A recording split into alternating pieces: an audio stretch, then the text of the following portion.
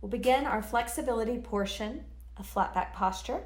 We're going to take all of our equipment, setting it to the side, and moving to a wall for a deep calf stretch.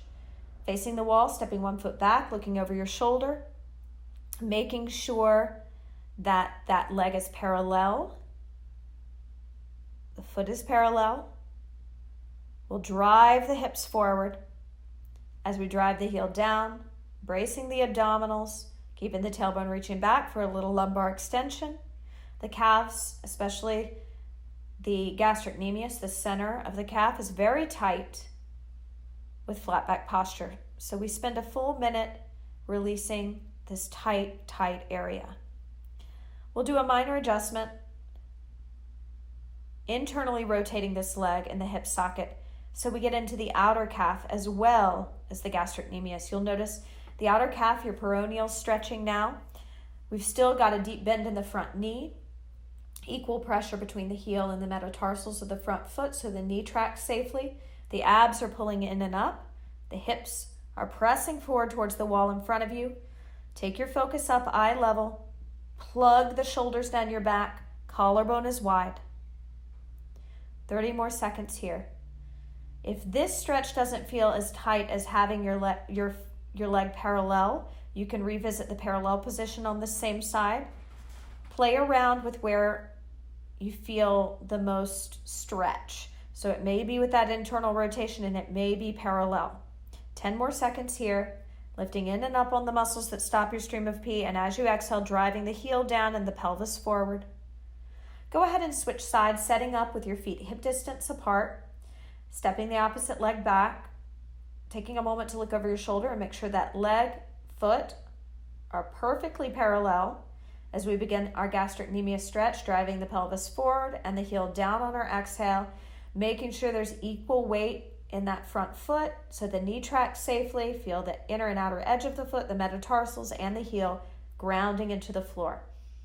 Inhale through your nose, pull your abdomen in, drive the heel down as the pelvis drives forward. You're doing great. Getting a nice stretch for that central calf muscle. We did a lot of good work in our cardio burst today, and we want to make sure we stretch out those muscles to lengthen the body. 10 more seconds here. Breathing into the gastric stretch, driving the pelvis forward and the heel down. We're going to readjust, moving into our peroneal stretch on this side, internally rotating the leg from the top of the hip socket so you can actually take your pointer finger to the bony protrusion of the hip of the leg you have back and guide it inward so that the rotation is not happening from the knee or ankle, but from the hip socket.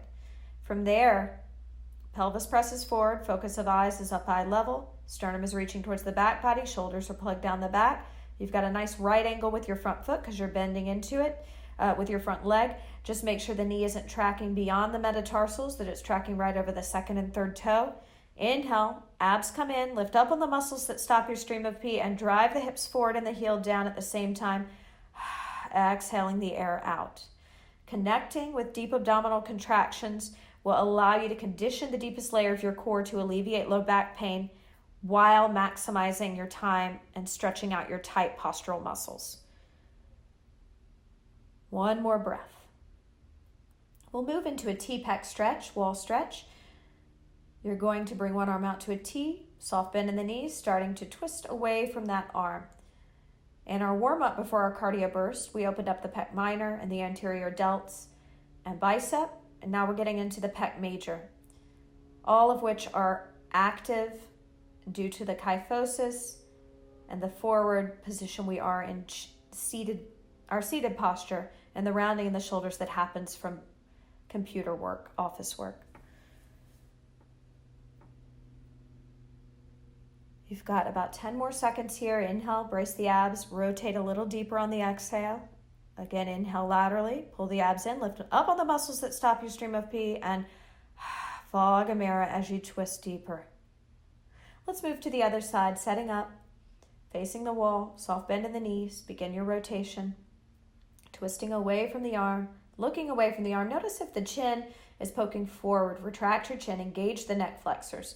Reach the sternum towards the back body, and now focus on the deep abdominal contractions. Inhale, pull the abs in, lift in and up on those muscles that stop your stream of pee, brace, and exhale, twist. Inhale, abs in, lift in and up on those muscles that stop your stream of pee, brace them, and exhale, twist. One more time, lateral breath, abs in, hold those muscles in and up, and fog a mirror as you deepen your twist. We're going to move to a lat release with the foam roller sideline. You can grab your ball to place on your bicep to rest your head down on. This usually feels nice. Some people think it's a little high and it doesn't feel good to the neck. If that is you, then grab a pillow. That might be more comfortable. From here, you can play with the leverage of lifting the pelvis up by bending one knee and having the foot down so that you have more weight as you roll forward and back, getting into the fascia under the armpit where the lat attaches. You can also play with twisting the torso forward and back. Typically, I find that my flat back posture clients feel most of the release when they twist back. So it's a posterior area and where the lat attaches and the fascia you're working that's typically very, very tight. So play around with the angle, play around with moving forward and back. And once you find tender areas, really dig in as much as you can tolerate. Self-myofascial release is to stimulate the Golgi tendon organ, and this sends a neuromuscular message back, releasing muscles that are tight.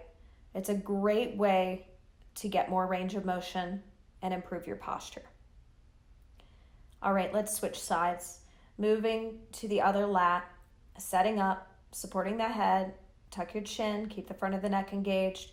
Even in this sideline position, we should be bracing our abs. Our tailbone should be reaching away. We should find lumbar extension and that optimal position for our pelvis to alleviate chronic back pain. Keep using your abs to move yourself forward and back.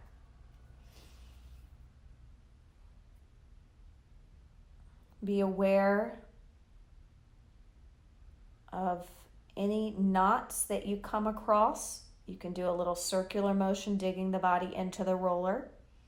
Again, as I said, with flat back posture, twisting back, you'll probably find some very tight fascia. Work through that, breathing. Inhale, abs in, brace, and roll that fascia out. Again, inhale, abs in, lift in and up on the muscles that stop your stream of pee, and fog a mirror as you roll that tight area out. From here, we'll come to a seated position. Placing one leg on the roller, we'll roll out the calves and the hamstrings unilaterally. So one leg at a time. Using our hands behind us, we'll have to engage our back. Fingertips can face the buttocks or out to the side. Keep a soft bend in the elbow. If this is too intense, you can always put your other foot down, or you can roll both legs together. Only you know what you can tolerate. Remember, this is meant to not be comfortable because we are working out knots in the body. But if at any point it feels unbearable, you need to modify. Put one foot down. Don't put as much pressure. Put both legs on. That takes a lot of the pressure off. Unilateral rolling is more intense than double leg rolling. We only have 5 more seconds here and then we'll switch. So we're rolling out the calf. And then option to go up to the hamstring if you want to get into that fascia. Go ahead and switch sides. Playing around with getting into the calf fascia and also getting into the hamstring. It's nice to engage the upper back here as you're walking forward and back. You get a nice workout. It's a modified reverse bridge, which is meant to engage the center of the back, the triceps, and when the feet are down, the glutes. So breathe here, working on releasing those calves and hamstrings, those overactive calves and hamstrings. Couple more breaths, keeping the abs braced, the tailbone reaching back, the arms active, soft bend in the elbows.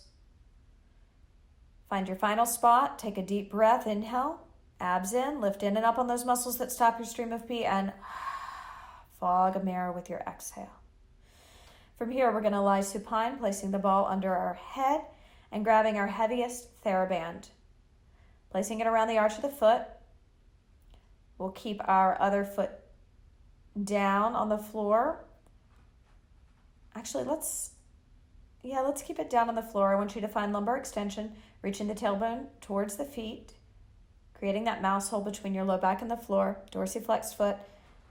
We're doing our final stretch for the hamstrings and calves here, really flexing the foot, breathing into that stretch.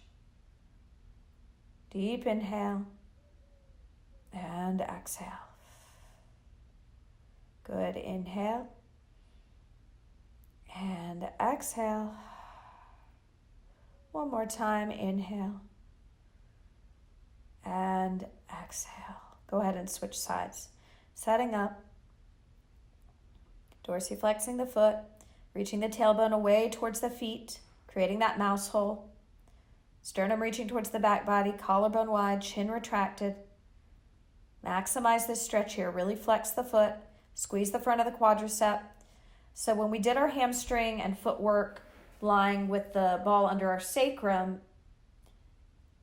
it was easier to keep the extension in the low back. Here, you really have to bring awareness to what's happening, making sure you're not flattening the low back into the floor, putting pressure on the lumbar. We want to create that space. So every time you exhale and pull the leg closer, you have to remind yourself that tailbone needs to reach away from me. I need to keep that low back arched without pushing the belly out. So brace those abs as you do this. We'll end with a psoas release, taking the ball and slipping it under the tailbone. Point your fingers to the bony protrusions of the hips. Exhale, bracing the abs, moving the pelvis into extension, arching.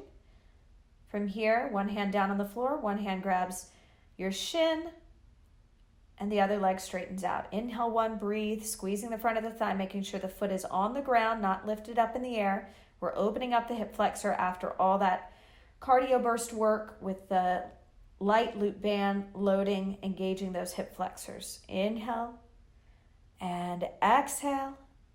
One more breath here. Inhale and exhale. Let's switch sides. Setting up on the other side. Bringing the knee to the chest. Tailbone reaching away. Finding that lumbar extension. Inhale one, breathe. Exhale one. Inhale two. Exhale two. Inhale three, sternum reaching towards the back body. Exhale three. And go ahead and bring both feet to the ground. Bring your pointer fingers to the bony protrusions of your hips. Give me 2 extension to neutral pelvis movements. So exhale to extension. Brace the abs. Inhale back to neutral. Exhale to extension. Inhale back to neutral. And now tick-tock the hips side to side, going to 9 o'clock, center, to 3 o'clock, center, and 9 o'clock, center, and 3 o'clock, center. Isolating that pelvic movement, and 9, center, exhale, 3, inhale, center, exhale, 9, inhale, center, and last time, exhale, 3, center. Great job.